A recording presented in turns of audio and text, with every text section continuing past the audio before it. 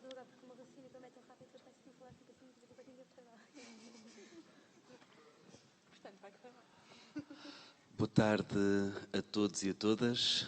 Bem-vindos ao segundo dia do Festival Política.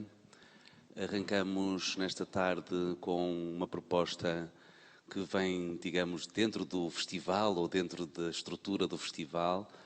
O meu nome é André Soares, eu sou antropólogo e também jornalista e é o segundo ano que cedo ao convite dos embaixadores do Festival Política que estão aqui no palco para moderar um debate que normalmente foi pensado no modelo mais americano, digamos assim, de posicionamento em que as pessoas têm que posicionar-se perante determinado tipo de frases ou determinado tipo de ideias.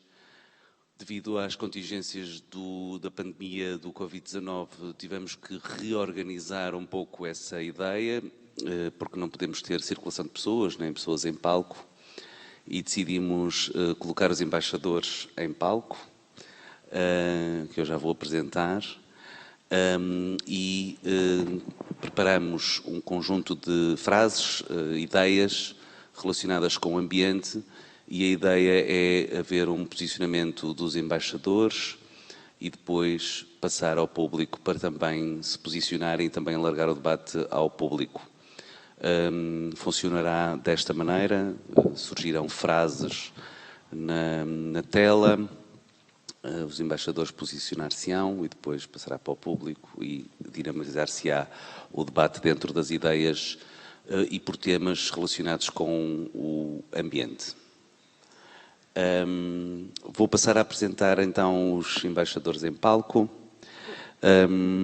com textos que eles próprios fizeram, portanto são apresentações nas vozes dos embaixadores,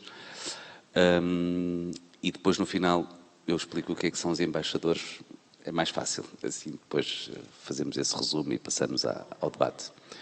A Sofia Carneiro tem... Sofia Canteiro, desculpa, já começo mal. Sofia Canteiro tem 22 anos, é licenciada em Relações Internacionais no ISCP e faz parte do Núcleo Académico para a Proteção Ambiental do mesmo Instituto.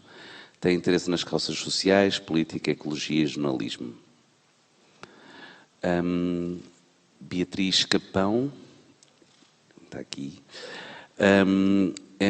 frequenta o último ano da licenciatura em Ciência Política e ainda em ambiente académico, é também coordenadora do EFORCE, do ISCSP.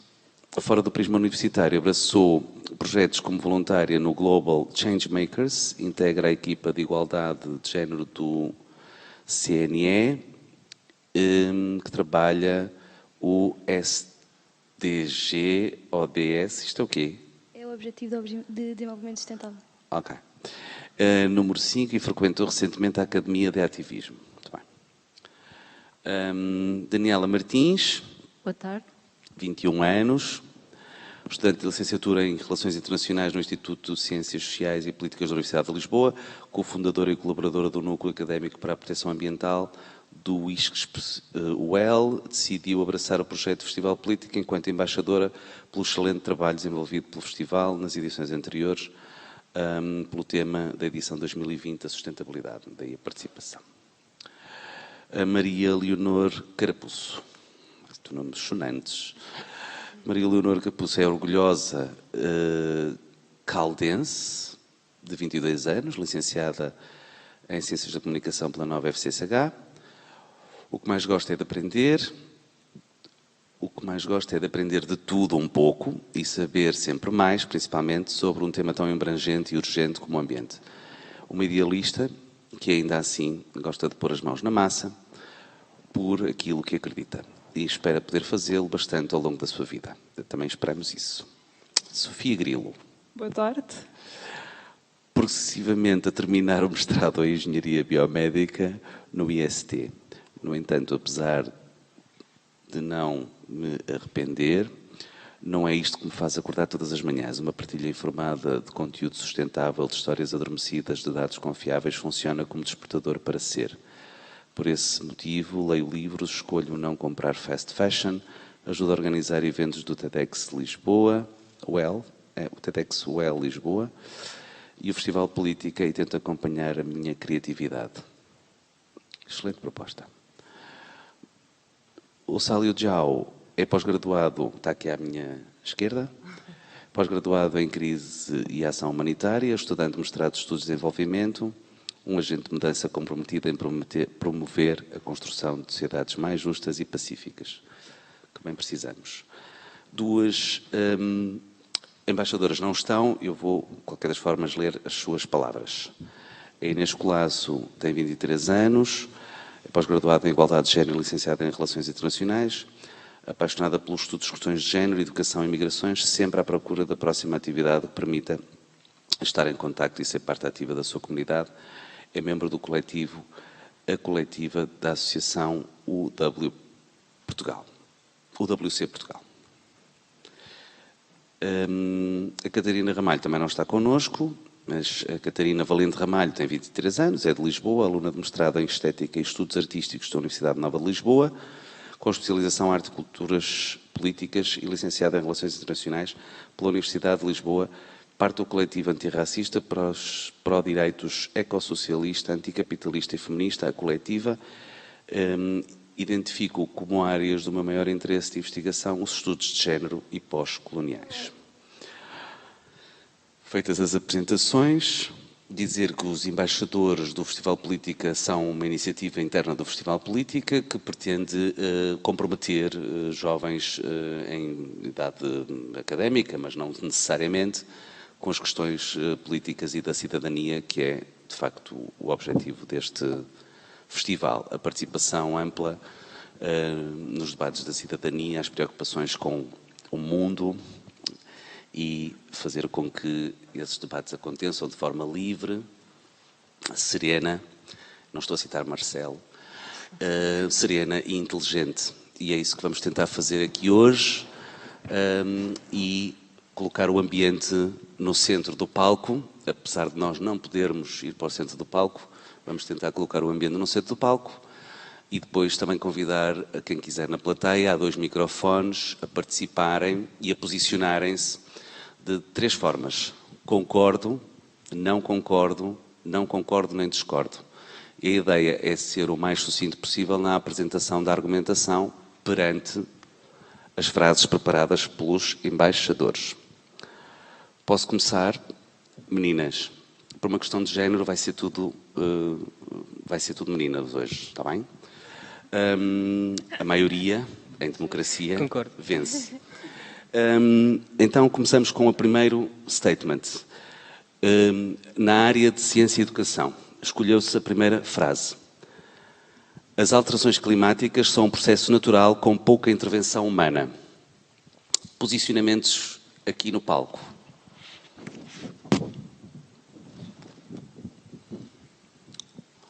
Ok. Então começamos, se calhar, pela ponta do palco. Podes virar para mim que eu não estou a ver. Eu discordo. Discordo? Não se vê muito bem, mas, Porquê? Microfone. Talvez há uns anos largos atrás os humanos não tivessem assim tanta influência, mas pelo menos a partir da Revolução Industrial que as alterações climáticas e todas as alterações que vemos na natureza, como o aumento da temperatura do ar, de gelo, aumento das águas, eu acredito que é muito devido às causas humanas. Ok. Qual é o teu posicionamento? O meu posicionamento também é discordo. A minha ideia vai um pouco ao encontro da ideia da Sofia.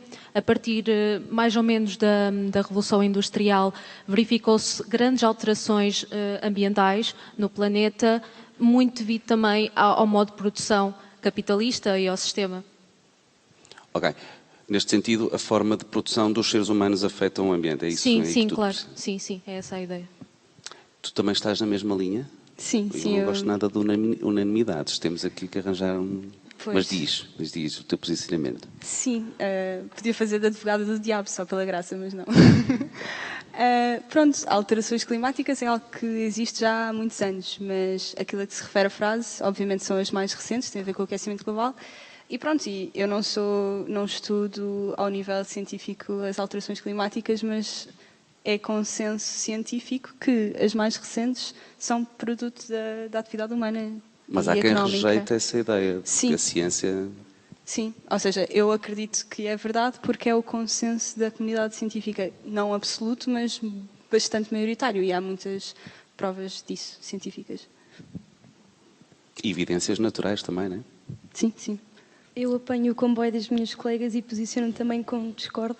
Acho que a influência humana tem cada vez mais um papel nas alterações climáticas e acaba por ser um exagero o nosso papel e acabamos por ter a realidade em que vivemos atualmente e os números que não enganam. Eu concordo com a primeira parte, pelo menos. Ou seja, as alterações climáticas são efetivamente um processo natural. Iam acontecer mesmo que o humano não estivesse na Terra. No entanto, eu acho que a intervenção humana faz com que este processo seja muito acelerado e que está a decair e está a ser catastrófico. Tchau. Infelizmente concordo também com o que todos disseram. Efetivamente é um processo natural, não é? E com muita intervenção humana, neste caso, é isso? Sim, há ciclos naturais que sabemos que acontecem, mas o nosso estilo de vida e o sistema de produção que criamos acelerou e está tudo a acontecer em alta velocidade. Acho que nem sequer faz sentido tentar argumentar a favor do processo natural. Estaríamos a fugir da nossa responsabilidade. Os geólogos têm falado, os geólogos que no fundo estudam a história da Terra, não é? Têm falado muito desta ideia do antropoceno, essa intervenção humana no ambiente e a forma como isso poderá levar ao fim do próprio homem, ou da humanidade, ou dos homens e das mulheres, ou seja, dos seres humanos e também não humanos. E há também quem aponte não a ideia do antropoceno, talvez a linhas mais marxistas apontem a ideia do capitaloceno, já que o capitalismo, ou o sistema capitalista, o sistema económico em que estamos, tem gerado alterações profundas. Querida plateia, querem participar neste debate posicionando-se, concordando, discordando, ou no meio termo? Há 2 microfones, é só assinalarem-se e participarem. Não tenham vergonha, isto não está a ser filmado. Não é mentira, está a ser filmado. Por falar nisso, esqueci-me de referir que está a ser feita uma transmissão nas plataformas do Festival Política, as plataformas digitais da Câmara Municipal de Lisboa e a GEAC também, e do Festival Política. Portanto, para quem não está lá em casa a acompanhar, um grande beijinho. Eu não queria fazer de João Baião, mas... Temos aí um posicionamento, ok. Então, apresentam-se, podem ficar sentados, apresentam-se e... Pois, a questão é que, por questões de segurança, têm que me dizer os seus posicionamentos. Tu é que me vais dizer, pois é, Sara. Então vá. Um microfone, ou seja, então, qual é o posicionamento? Temos que gerir isto de uma maneira diferente. Portanto, têm que me dizer e eu tenho que transmitir. Portanto, a questão é, de início, não concorda com a afirmação porque, cronologicamente, não está correta. Não é? Portanto, basicamente, existem alterações climáticas ao longo do tempo e, de facto, existem várias glaciações. A última glaciação é a glaciação do Urme. Estás a perceber? Não. Não. Existem várias glaciações e a última... Elas têm todas o nome, basicamente, dos cientistas alemães. Tem... Urme foi a última? A última de 10 mil anos. Há 10 mil anos. Obviamente, quer dizer, aqui a pergunta, aqui a questão, de facto, não estabelece cronologicamente e isso é muito importante. A questão não estabelece cronologicamente e isso era muito importante. Ok. Porque a ação do homem, obviamente, não será a mesma no século XX ou, de facto, nos séculos anteriores. A ação do homem não será a mesma neste século dos anos anteriores, portanto, em termos do impacto que tem. Ok. Aqui Alguém quer rebater, contestar, dizer alguma coisa? Eu talvez. Não, é só acrescentar o reparo que lá está. É uma afirmação muito geral e é bastante pertinente referir isso e podemos referir outros tópicos que o público acha que não vão ao encontro da questão, mas vão. E esse é um tópico bastante importante que eu até acabei por referir, e a Sofia também. Oi, peço desculpa. Que a Sofia acabou por referir também, que o impacto humano começou muito na Revolução Industrial. E acho que é uma questão muito pertinente. Ou seja, com a intensificação do modelo industrial. Sim, do modelo económico industrial, claro.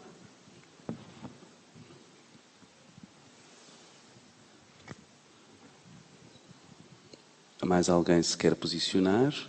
Neste caso era uma espécie de misto, não é? Não concordo nem discordo. Queria fazer era uma espécie de meio termo, não é? Percebi ou... No fundo, eu acho que era um reparo. Era um reparo, não é? No Mais um fundo. reparo. Porque, basicamente, temos que tratar, quer dizer, obviamente, a partir da Revolução Industrial, obviamente, existe, a partir do século XIX e finais do século XIX, a ideia do positivismo e, portanto, a ideia da ciência, e, portanto, há, de facto, uma intervenção cada vez maior. Mas nunca, de facto, especialmente, se datarmos cronologicamente a partir de 1945, aliás, com a tecnologia que se adquiriu ao longo da Segunda Guerra Mundial, basicamente, obviamente, o impacto tem, basicamente, um modo de vida urbano, basicamente tem impacto propriamente no ambiente. De facto, sabemos que até se fizermos a dendrocronologia, basicamente, a dendrocronologia são de facto, se nós cortarmos na área, basicamente vai aparecer diversos aneios. Certo. Os aneios serão mais presos ou menos presos consoante de facto as temperaturas. Ou, por exemplo, os forminídeos, estudamos, conseguimos ver o máximo de oxigênio. E, portanto, percebemos que há alterações. Claro, era isso que eu estava a falar. A questão, por exemplo, do tabaco.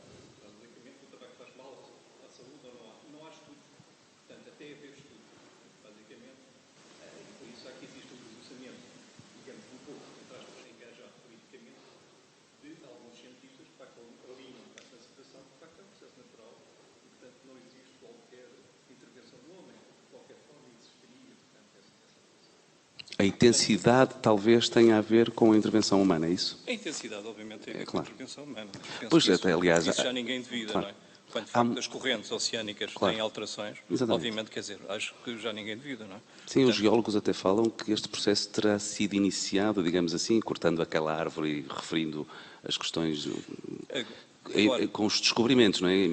Ou seja, no século XV, ou seja, agora, é muito historial. Sim, é muito importante, basicamente, quer dizer, percebermos, quando nós falamos do tempo, basicamente temos uma vida de 50, 100 anos.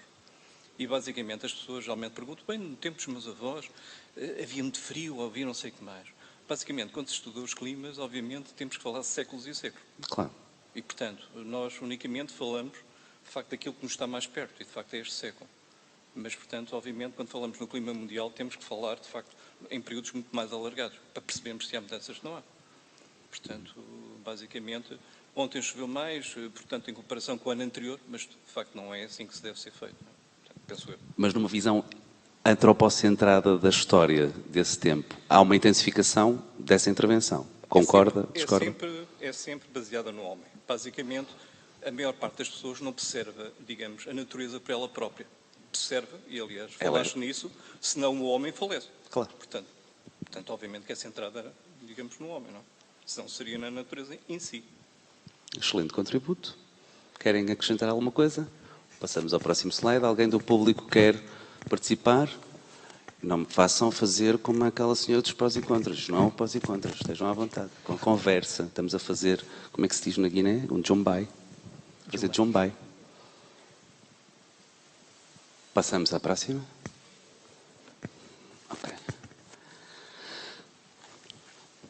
Os dados partilhados sobre as alterações climáticas são falsos e exagerados. Podemos seguir a mesma lógica de roda? Ou se calhar daqui para ali? Tchau. Concordo? Discordo? Concordo. Então, concordas? Os dados partilhados sobre as alterações climáticas são falsos e exagerados? Sim, mas refiro-me, há tantos dados e muitos deles são falsos. Eu acho que isso é importante reparar. Sabemos que as pessoas usam a ciência e estudos para defender as suas agendas. Há muitas pessoas que usam os dados para argumentar contra certas políticas que vão contra aquilo que defendemos em termos democráticos e em termos de pluralismo. E há muitos dados por aí que são falsos e exagerados. Mas queres dar algum exemplo ou alguma coisa que tenha feito confusão nesses dados partilhados? Sim, por exemplo, há muitos dados que indicam que o aumento da população possa ter a ver com questões climáticas e talvez a solução seria reduzir a população, por exemplo. E isto é defendido. Estás a falar do campo mediático, não é? Isso sim, confunde as pessoas, exatamente. É isso? Ou confunde o debate democrático, é isso? Sim, confunde a opinião pública e consequentemente, na elaboração das políticas para responder a essas situações. Quando se diz que tem que se reduzir a população, temos que lutar, temos que fazer com que as pessoas não venham às nossas terras porque vão destruir o ambiente baseando-se numa estrutura supostamente lógica e científica com base nos dados, não passa de uma falsidade e exagero. É mais neste sentido. Ok. Portanto, a utilização de dados estatísticos que justificam determinadas políticas são muitas vezes usados de forma falsa ou para exagerar determinado tipo de posições políticas. Okay. E então, a seguir... Eu concordo com a afirmação, mas há sempre a questão de quem é que está a partilhar os dados. Ou seja, são entidades científicas, são entidades políticas, estão a puxar a sardinha para o seu lado. Como eu gostava por acaso de perguntar ao João se ele acha que a população não devia aumentar, ou seja, devíamos reduzir o número de população para melhorar o ambiente ou não? Eu não percebi a tua posição em relação a isso. Ele está a falar dos dados em si, não... Sim, mas posso responder a isto também. Não, eu não acho que devamos reduzir o número de população, mas sim temos que fazer uma distribuição justa da riqueza que se produz no mundo. Daí não haverá necessidade de produzir mais do que estamos a produzir, mas sim distribuir. Ou seja, não precisamos de reduzir as pessoas. Ou seja, os recursos que estamos a utilizar, mantemos a utilização, mas dividimos pelas diferentes pessoas, é isso? Sim, se houvesse uma distribuição mais justa, nem sequer haveria necessidade de estarmos a produzir tanto, porque há pessoas que detêm quantidades muito maiores do que um determinado número de população. Eu sei que nos estamos a afastar da temática, não sei se podemos. Podes, só um minuto, tens um minuto. Não sei, é porque a população tem tendência a continuar a aumentar e os recursos estão a diminuir. Portanto, o nosso consumo de recursos devia diminuir também. Certo? Sim. Ou seja, achas que há mesmo pessoas usam tanto que podiam dividir e mesmo assim reduzir o número de recursos que estamos a utilizar, mesmo com a população a continuar a aumentar? Não, ou seja, nós estamos a acumular riqueza, algumas pessoas estão a acumular riqueza, ou seja, não haveria essa necessidade de se distribuirmos e não haveria necessidade de estarmos a produzir tanto e com tanta intensidade e a população continua o ritmo que está a ter de crescimento. Eventualmente algumas pessoas morrem então não é que vamos estar todos vivos para sempre. Mas depende do contexto. Por exemplo, no caso europeu, a população está a decrescer. Sim, a população terá de crescer, mas também há uma riqueza demasiado acumulada na Europa que se podia distribuir. Ok. Ou seja, estás a falar de equilíbrios Sim. que devem ser feitos por via económica Exatamente. e não por via populacional.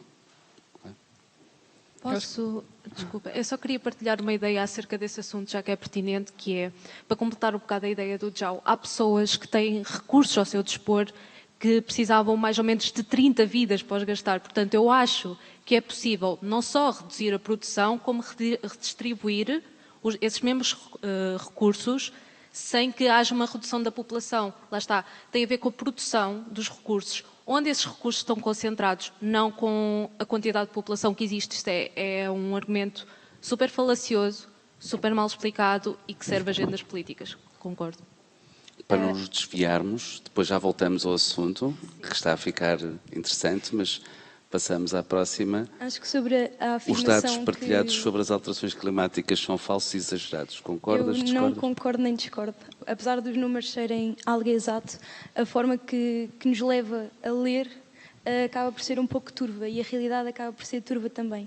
Não acho que possamos assumir a 100% que sejam falsos ou exagerados, porque, lá está, vai um pouco ao encontro daquilo que o João disse inicialmente, que muitas das vezes a forma como nos levam a ler os números pode ser, lá está, uma versão turva da realidade em si. Portanto, eu não consigo concordar ou discordar. É parte muito da leitura que nós conseguimos fazer. Mas também sem dados não pode haver decisões políticas, ou pode? Não sei, o que é que tu achas? Pode, não pode? Depende de quem nos coloca os dados em cima da mesa. Concordas, discordas? Eu interpretei a frase como toda a narrativa que há acerca do problema das alterações climáticas e da produção, se isso não está exagerado. Eu interpretei a frase assim. Eu acho que não está exagerado, porque mais uma vez, vem daquilo que a ciência nos tem mostrado até agora, que às vezes contradiz-se, mas no geral tudo indica que é o que se passa, não é? Depois o João pôs a questão óbvia que é, então, mas estamos a falar de que dados? Ok, eu interpretei como os dados gerais sobre o problema das alterações climáticas, mas se estivermos a falar de outro tipo de dados que, por exemplo, contradizem a ciência e esse consenso, aí sim, aí já são dados que muito provavelmente... Por exemplo, eu lembro-me de vermos na faculdade até, porque era uma cadeira sobre retórica, então era sobre um documentário que se chamava... Eu até estava a tentar pesquisar o nome, que era The Big... Qualquer coisa, em português seria A Grande Farsa, que era um documentário que tentava mostrar como toda a ideia de alterações climáticas provocadas pelo homem era uma farsa. E a ideia era desconstruir aquele documentário e perceber o que é que eles usaram para criar essa imagem. E o documentário estava muito bem feito. Aí sim, aí estamos a falar de já um bocadinho de manipulação de dados e de exagero, ou de também, provavelmente, com alguma intenção, alguma agenda política, tentar, pronto, quase teorias da conspiração, não é? Ok. Concordas, discordas? Lá está, eu depois de ouvir os meus colegas, ao início eu interpretei a frase como a Leonor e discordava, mas depois ao ouvir os posicionamentos dos meus colegas embaixadores, consigo partilhar muitas das ideias que eles disseram. Em relação aos dados e ao facto de serem manipulados e usados, é assim, claro que obviamente nós temos que ver quem é que está a financiar as pesquisas, que fins vão servir, mas no geral nós temos dados e pesquisas e dados científicos bastante consistentes. Portanto, lá está, discordo.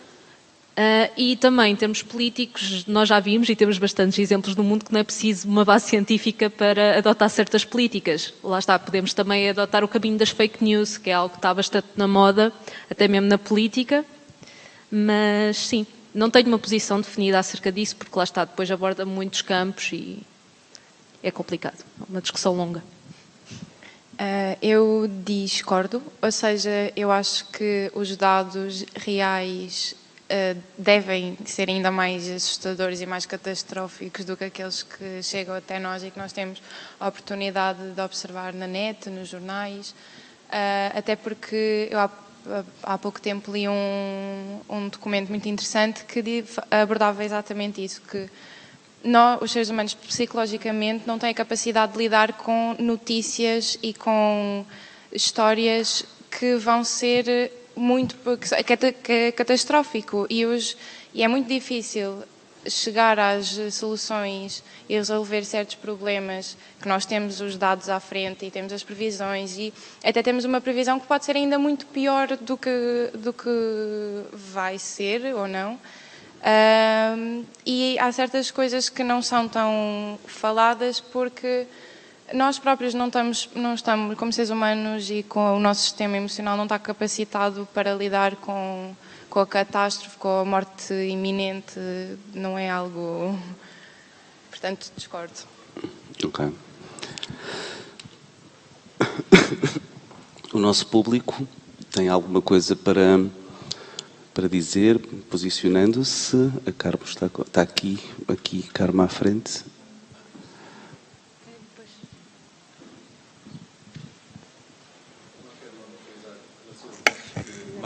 Mais que os dados, aqui, sim, há aqui uma questão que o Jó levantou, que eu penso que é bastante pertinente, que basicamente é a questão do desenvolvimento e de facto de haver, digamos, algum sistema igualitário no desenvolvimento. Basicamente, o modelo no qual a nossa civilização assenta é um modelo que é disfuncional em termos ambientais.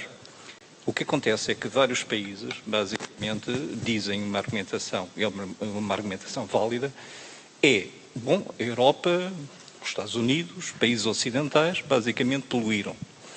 E, portanto, nós temos agora o direito também termos o acesso a determinadas coisas. O caso indiano o caso da Índia. O caso da Índia em Paris, não é? Portanto, na discussão de outros países que também têm, dizem eles, e de facto, no sistema paritário, de facto, também poluírem, porque têm direito a esse tipo de desenvolvimento. Basicamente, se nós pensarmos, por exemplo, no Qatar. O Qatar, por exemplo, gastava cerca de 3%, digamos, daquilo que produzia. Hoje em dia já é capaz de gastar 20% a 30% daquilo que produz. E, portanto, eles têm direito também a gastar. Portanto, a questão que está subjacente, quanto a mim, é o modelo de desenvolvimento. E, basicamente, esse modelo de desenvolvimento aplica, digamos, abdicar algumas coisas, obviamente, e implica, de facto, apoiar, obviamente, como o João, de facto, falava, ou pelo menos pressupunha-se, um tipo de desenvolvimento, de facto, para outros países que não tiveram esse tipo de desenvolvimento, poderem fazer, mas não, se calhar, cometer os erros que os países ocidentais, se calhar, cometeram. E penso que é uma questão pertinente. Interessante. Aqui. Obrigado pelo contributo. Podem não se posicionar, podem só contribuir como... Olá, boa tarde. Eu cheguei um bocadinho já atrasada, só ouvi a intervenção final do Jaló, mas gostava de comentar mais alto. Sim. Gostava de comentar em relação ao crescimento populacional, que é um tema importante, mas muitas vezes falamos do crescimento populacional como algo que é numa trajetória ascendente e que vai sempre acontecer de maneira ascendente, e não é isso que os cientistas de demografia demonstram, é que a trajetória cresce, sim, e vai crescer até possivelmente metade deste século e depois vai ter tendência a estabilizar. Portanto, mais importante, penso eu, do que falarmos do crescimento da população e de como é que podemos parar o crescimento da população, porque também quem estuda a demografia demonstra que a partir do momento em que as populações saem da pobreza, tendem a ter menos filhos e, portanto, isso estagna o crescimento da população. É mais importante, sim, falar de redistribuição e de como é que os recursos são alocados e um bocadinho tirar este peso da parte de quantas pessoas, afinal, é que vamos ter no mundo, porque não vai crescer exponencialmente para todo o sempre. Portanto, vai ter tendência a estabilizar e mais do que... Porque, por vezes, falamos de como... Ou há algumas posições um bocadinho mais extremistas de como a população não pode crescer continuamente e que devemos ter cuidado com a quantidade de crianças que vão nascer e etc. E isto é parece-me a mim que é uma visão um bocadinho redutora daquilo que é o real problema, porque a tendência não vai ser sempre de maneira ascendente e por isso é mais importante, sim, eu concordo, concentrarmos na parte da distribuição dos recursos. E concorda com os dados partilhados sobre as alterações climáticas que são falsos e exagerados? Concorda, discorda? Discordo. Aqui mais na questão da poluição dos dados, ou seja, há muitos dados, não é? Vêm de muitos sítios, e aqui é um statement genérico. Discorda? Diria que, não só em relação às alterações climáticas, os dados partilhados hoje em dia são muitos. Eu trabalho em jornalismo de dados e, portanto, às vezes dizermos só a expressão há dados que demonstram, há um estudo que demonstra, eu própria disse, não é? Há investigadores e cientistas que demonstram, isto é tão vago que qualquer coisa cabe neste chavão. Portanto, no geral, há dados a mais que não estão a ser trabalhados como poderiam ser e isso aplica-se naturalmente às alterações climáticas, sim. Ok, muito obrigado pelos contributos. Vou passar ao próximo slide. O consumo tem pouco impacto nas alterações climáticas e na vida dos ecossistemas. Portanto, considerem que aquele é um I. É um I, portanto, não acentuado. O consumo tem pouco impacto nas alterações climáticas e na vida dos ecossistemas. Eu vou começar com o público primeiro, que esta mais, pronto, que é para fazermos aqui uma mudança. Posicionamento do público, depois passamos para os embaixadores. Portanto, tem pouco impacto o consumo. De consumo, estamos a falar do consumo alimentar, estamos a falar dos consumos genéricos e, obviamente, no nosso contexto. Ali, aquele senhor de boné, com uma máscara, é uma piada.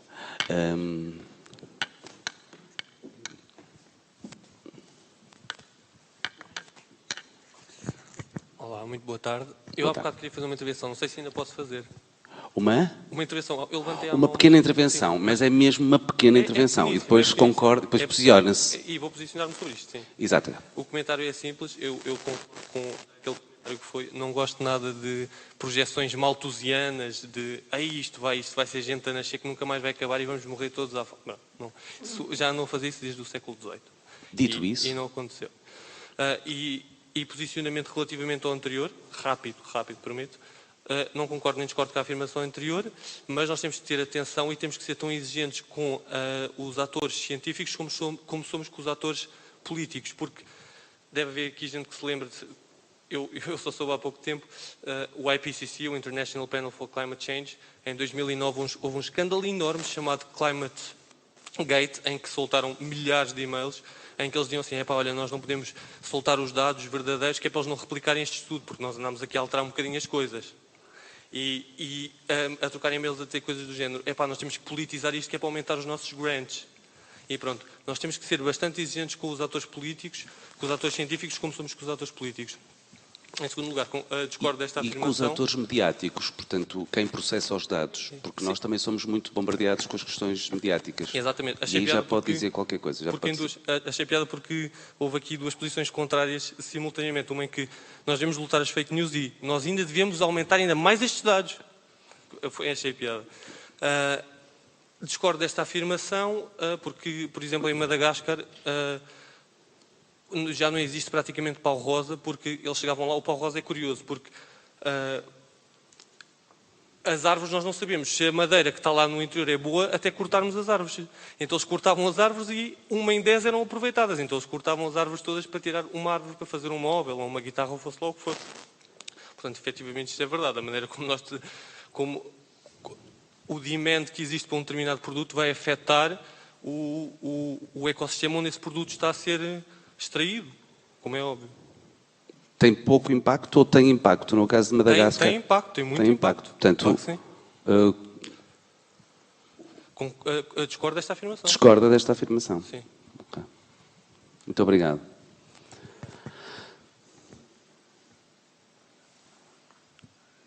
Não quer fazer uma intervenção? Porque hoje é o seu dia. Não estou a brincar.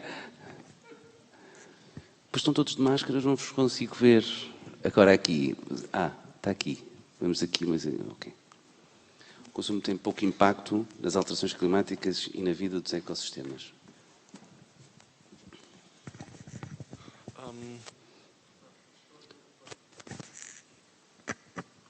Boa tarde. Discordo completamente com esta afirmação.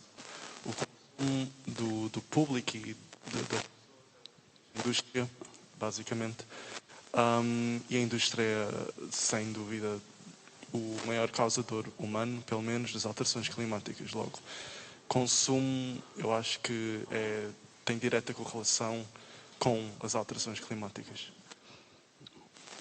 Mas, por exemplo, mas há populações que precisam de consumir determinado tipo de coisas e outras que não. É por causa do tipo de consumo que fazemos, em que contexto? Quer especificar?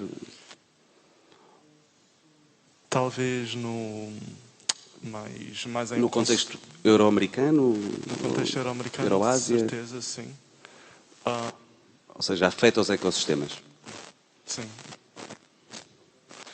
em menor escala. Eu sabia. Mais, talvez populações menores que são mais subsistentes da própria terra, quase contribui para o ecossistema, mas pronto, depende, suponho. Ok. Durante a pandemia, percebeu-se que a questão do consumo pode variar. Entretanto, a Carmo já se pode ir dirigindo ali para o senhor de sempre, para o nosso amigo aqui. Já vamos aí com as pilhas. Tem a ver com o consumo, ou seja, durante a pandemia houve uma redução de consumos porque parou tudo e o tipo de consumo parou, também favoreceu os ecossistemas no sentido da sua respiração. Portanto, é muito interessante como é que a pandemia também veio, digamos, reformular algumas ideias que tínhamos em relação ao impacto, ou seja, se calhar reafirmar algumas ideias dos impactos do consumo nos ecossistemas. É aqui. Já agora digam o vosso nome, que eu assim não sei como é que vocês se chamam. Senão vou dizer senhor de máscara, que é péssimo. João Lobo, foi só por causa do teu repto. Obviamente que consumo tem mais impacto e consumo tem menos impacto. Muitas das vezes esquecemos, por exemplo, andar de paquete tem um impacto, e isso está estudado, nomeadamente em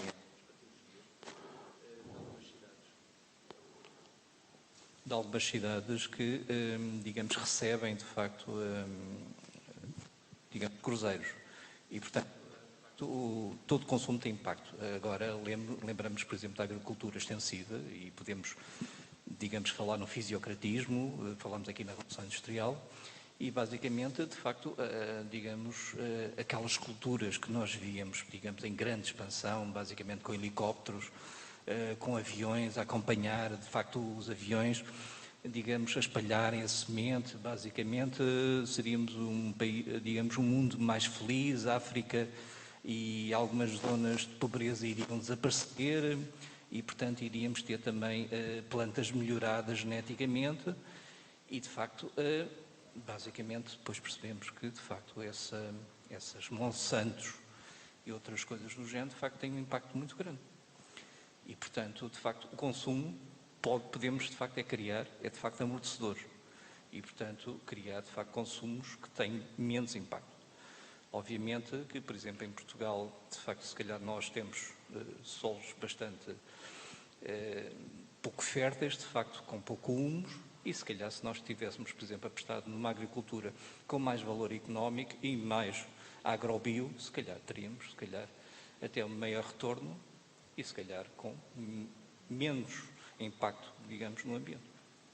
É uma questão de opção também política e basicamente a política não devemos entregar aos políticos, de facto, eles, por vezes, de facto, são mais infantis. Acha que os consumidores estão mais despertos para a forma como consomem e a forma como isso, ou seja, como a atitude individual de cada pessoa e coletiva? Basicamente, quando não tens dinheiro, de facto, discutes preços. Quando tu tens, de facto, dinheiro, começas a discutir qualidade. E se nós vimos nos países escandinavos, basicamente os consumos começaram a ser, digamos, o fator ambiente começou a ser, de facto, algo importante. E, portanto, basicamente, há determinados produtos, por exemplo, há pessoas, por exemplo, se tu, por exemplo, a BP, teve, de facto, desastres, de facto, ecológicos no Alasca muito grandes. E há, de facto, consumidores que, de facto, penalizaram a BP muito bem.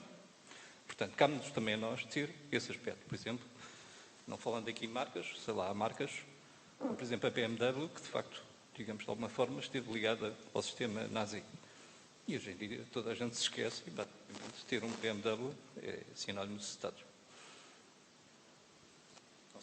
E a Volkswagen também com aquela questão de... O consumidor tem muito poder. É preciso que ele perceba que tem poder. E as suas escolhas fazem toda a diferença. E, portanto, digamos, algumas empresas utilizaram um rótulo muito interessante, que é a responsabilidade ambiental e não sei o que mais. Agora, temos, de facto, culpabilizá-las disso. Não, de facto, és responsável, de facto, ambiental, tens que mostrar isso. E tu tens que mostrar isso. Ok. Aqui, há mais alguém na plateia? Uma pessoa lá em cima. Ok. A Carmo a caminho. Depois aqui vou passar, quem é que se posiciona tem que ser muito breve, está bem, embaixadores? Ok. Eu achei muito interessante alguns pontos levantados pela última intervenção. O João. pelo João. Toda a gente já conhece? Porque... Como é que se chama? Andreia Galvão. Ana Maria. Andreia. Andreia. Sim.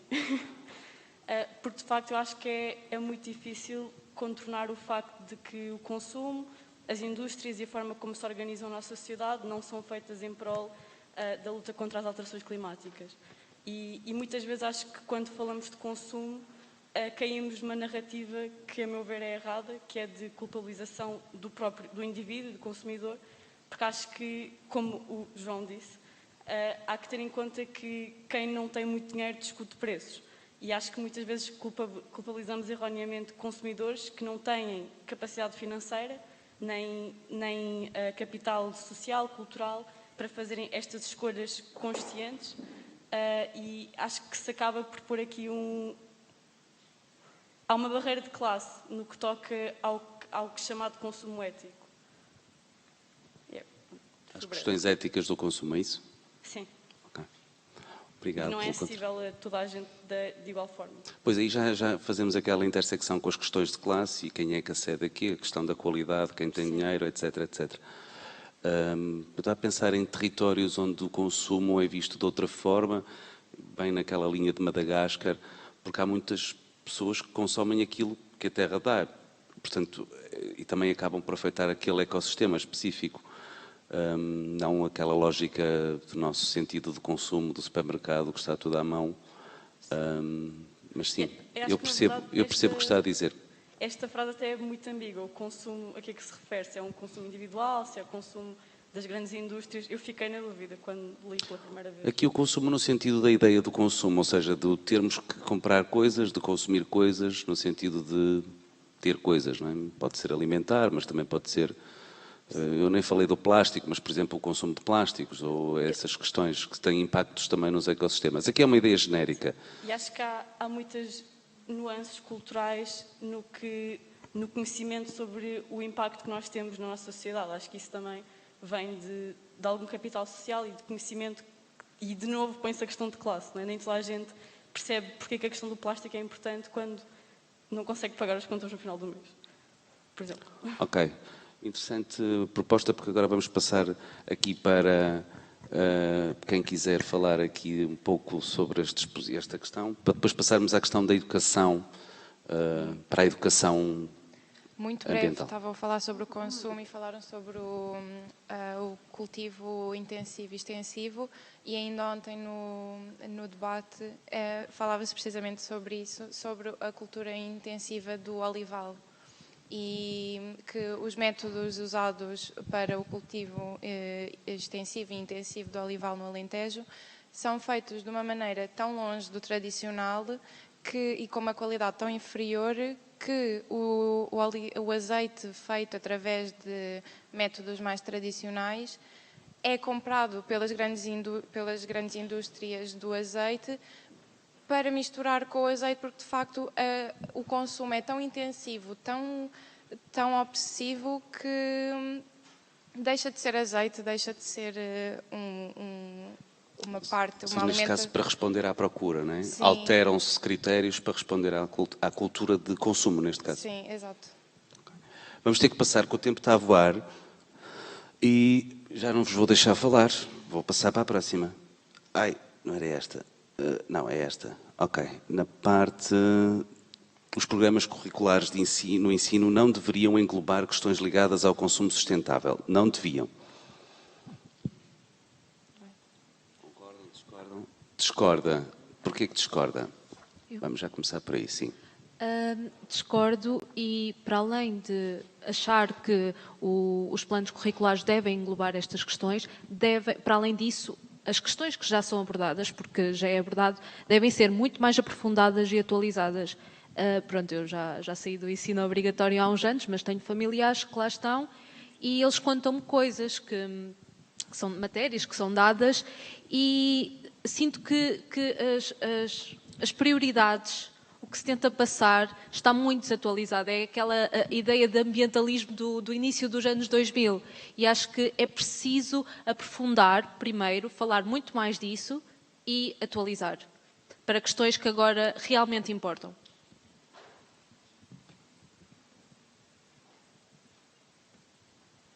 Ok. Alguém mais quer dizer alguma coisa? Eu discordo também da afirmação. Acho Ok. que, sendo a educação uma das principais sementes do espírito crítico do indivíduo enquanto pessoa numa sociedade, acho que se devia desconstruir um pouco o consumo inconsciente e também o sonambulismo que nos leva a consumir. As pessoas muitas vezes perdem a consciência daquilo que estão a consumir. De onde é que vem, como é que vem, e isso acaba por ser toda uma bola de neve que nos leva depois à perda dos ecossistemas e nós não temos a consciência porque acaba por ser uma realidade que não nos é próxima. Mas devia haver currículos específicos sobre questões ambientais, Sim. climáticas, de consumo. Sim, e tal como a Daniela também disse, devia ser algo Educado. bastante atual e educado. E atualizado permanentemente. Ok. Temos muito pouco tempo. Pronto, ainda não falou, vai falar. O João não vai falar já nesta ronda, não é? Infelizmente. Depois falamos a seguir, continuamos a conversa a seguir. Olá, eu sou Olá. a Natália. Como é que se chama? Natália. Natália, bem-vinda. Concorda, discorda? Discordo totalmente, porque visto também, de acordo com a Andreia, né? Andreia, era Andreia. Visto que as empresas são feitas de pessoas e que as escolas, né, teoricamente, são feitas para também nos preparar para a vida e para o mercado de trabalho, se a gente não tem pessoas que já nascem com esses valores dentro de si, que tipo de empresas também, né, elas vão formar, ou que tipo de valores elas vão levar para a vida, que, enfim, isso é uma visão sistêmica e engloba todo o ciclo de vida e tudo. Então, com certeza isso deveria acontecer nos programas curriculares de uma forma prioritária. Logo nos primeiros anos? Total. Ok, obrigado.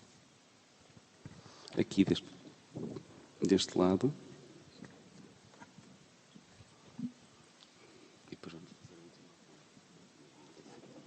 Terminamos.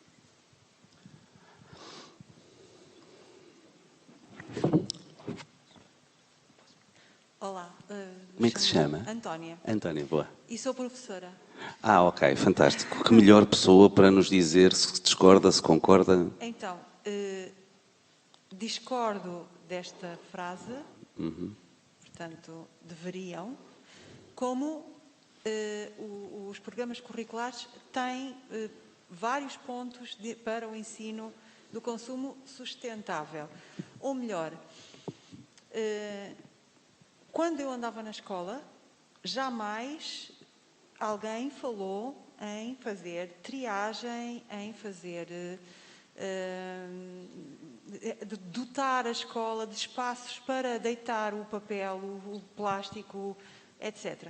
Todas as escolas hoje em dia têm sítios específicos para os alunos deitarem o seu plástico, fazerem a sua triagem. Ponto número 1.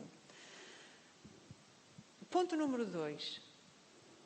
O consumo, aquilo que se ensina nas escolas depois, não é acompanhado por aquilo que a sociedade, e agora volto atrás ao ponto anterior, porque os meninos, ao fim de semana, pedem ao pai e à mãe para irem ao McDonald's, desculpem, estou a dizer Pode dizer, não há problema. Para irem ao McDonald's e enchem um tabuleiro cheio de plásticos e de papéis e não sei o quê, e depois vão ao cinema, mais plásticos, mais papéis e mais consumo, e mais Coca-Cola, e mais... E está tudo estragado. As lógicas de entretenimento e turismo, não é? Que depois acabam por portanto, ser contra si. A educação, os programas curriculares fazem, se calhar pouco, se calhar podiam fazer mais, não sei, mas a realidade é que a sociedade do consumo tem um peso brutal nos consumos. Talvez educar para consumos mais sustentáveis. Pois. Mas o peso Mas também essas empresas, depois do cinema, da indústria alimentar, etc., também têm vindo... Ou seja, também têm que acompanhar esse processo na escola. É isso que está a querer dizer, não é? Ou seja, tem que ser acompanhado em todos os processos. E a educação em casa? Em casa, os alunos, quando vão para casa, já são os primeiros a dizer que têm que fazer triagem. Mas depois penso eu que há uma decalagem entre aquilo que é aprendido e aquilo com que se defrontam na sociedade, no dia-a-dia, na vida real. Uma espécie de paradoxo, não é? Ok. Posso dizer uma Podes, coisa pequenina? Não sei se concorda comigo, André, mas eu sei que recentemente lançou-se a Estratégia Nacional de Educação para a Cidadania. Pronto, vi o documento e achei interessante. Mas dá para perceber que o próprio sistema de ensino não está suficientemente estruturado para englobar este tipo de currículo, porque passou grande responsabilidade das escolas para se desenrascarem em termos de programa e elaboração. Contempla estes temas de sustentabilidade, mas também as questões da cidadania. Não sei se concorda comigo, mas eu acho que o próprio sistema de ensino não tem estrutura suficiente para englobar novos temas e inovar para a implementação destes temas, porque estamos a falar de questões que obrigam inovação e transformação da própria infraestrutura das casas de ensino. Talvez envolver os pais? Não sei, Antónia, diga-nos. Eu penso que... Os pais ou quem cuida da família, não é? Pais aqui no sentido genérico.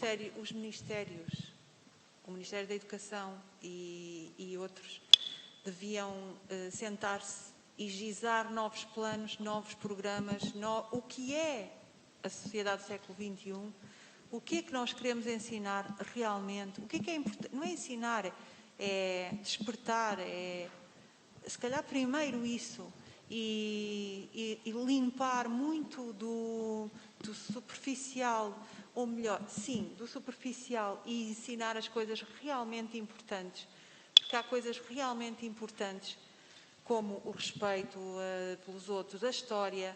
As pessoas não sabem história hoje em dia, e eu penso que um dos grandes problemas da sociedade, do consumo, do respeito pelo ambiente, da cidadania, do respeito pelo outro, tem que ser acompanhado por um saber história. Mas crítico, é isso que está a dizer? Com pluralidade de... Ou só factos? Não, nós não vamos a lado nenhum se não aprendermos. O conhecimento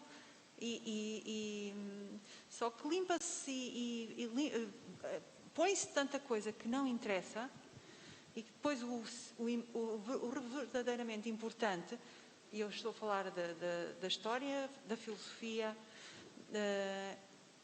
da própria língua portuguesa. Portanto, as coisas básicas estão desgarradas, empurradas para segundo plano, e depois, mas se os ministérios realmente se sentassem e dissessem isto é importante, ou fizessem uma auscultação, ou não sei como, mas tinham espaços para fazer, para ensinar, porque os espaços existem. Nós temos internet nas escolas, umas melhores do que outras, mas temos.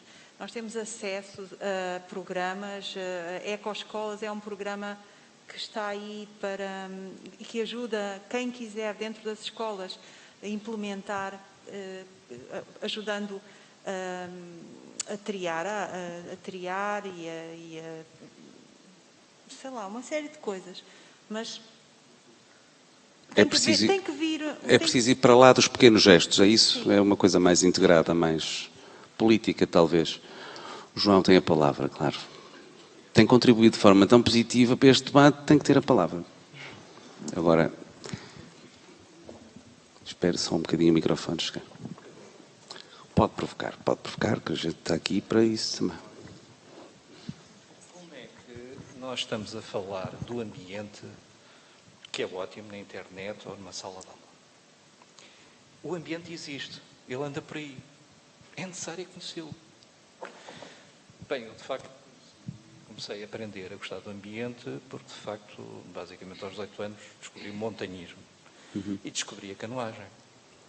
E portanto, quando os políticos, que geralmente são formados e têm uma boa educação para a cidadania e aprenderam nos livros, e de facto não saem do seu gabinete, e de facto eles têm um bom ambiente, controlado, 27 graus, não, está muito bom, vou baixar para 26, isto é um ótimo ambiente. E basicamente o ambiente aprende-se andando nele. De facto, levando os garotos a fazer desportos como orientação, como montanhismo, destranismo, tantas outras coisas. É assim, de facto, em determinados países, nomeadamente a Escandinávia, de facto, eles fazem e aprendem a gostar e defendem. Basicamente, nós temos uma pedreira e na semana passada, de facto, fui almoçar a Sesimbra e levei, de facto, a minha companheira, de facto, a conhecer, de facto, a Serra da Rábida. Basicamente, ela ficou admirada, desviámos, quando muito, 10 metros, e está lá uma pedreira que ninguém vê, porque falta, digamos, da estrada não é possível, não é visível. E, portanto, nós podíamos ser muito informados através da internet. Mas, de facto, sinceramente, se calhar sabemos um pouco conhecer o ambiente. Eu, por exemplo, se o Rio Tejo ou outros rios estavam poluídos, pois andava neles e até bebia água. Se calhar, digamos, vendo em loco, é completamente. Acha que a escola podia ter esse papel de imersão na realidade, mais do que a sala de aula? E, de facto, devia sair, digamos, da escola, devia sair do próprio espaço, e a universidade devia sair do próprio campus universitário, e, de facto, devia ver em loco o que é a natureza e a mala. Isso também é uma ação política, isso é uma ação política, é uma escolha política que tem que se fazer, não é? É uma escolha política, é uma escolha, inclusive, de estilo de vida, não é? Que, de facto, basicamente, até coaduna vários aspectos saudáveis. Mas mais importante é... Eu, por exemplo, eu trabalhei com um colega meu, eu sou de História, de facto, falou-se aqui de História. E, de facto, ele era um indivíduo que, basicamente, só via a caça, digamos, o aspecto energético. E, de facto, para ele, o turismo era somente... Ele reformou-se. E, basicamente, ele falava muito, e eu disse assim, mas conheces mesmo, digamos, o espaço onde tu vives? Eu disse, sim. E, basicamente, fiz-lhe um percurso, tracei, e, portanto, ele começou-me a dizer, isto é lindo. Eu disse assim, mas conhecias o espaço? Não, ele conhecia a estrada. Pois. E, portanto, como é que podemos estar a falar de ambiente se não conhecemos, vivemos voltados de costas para ele? Claro. Vemos, de facto, na televisão, baseamos em dados, otimamente, são dados porreiros ou dados menos porreiros, assustamos, é um bocado como agora na questão, de facto, do Covid. Muitas pessoas que ficaram em casa a ver televisão e, de facto, viam o telejornal, era uma coisa sinistra. E cá fora havia vida. Havia pessoas que trabalhavam. E um silêncio fantástico. Não era.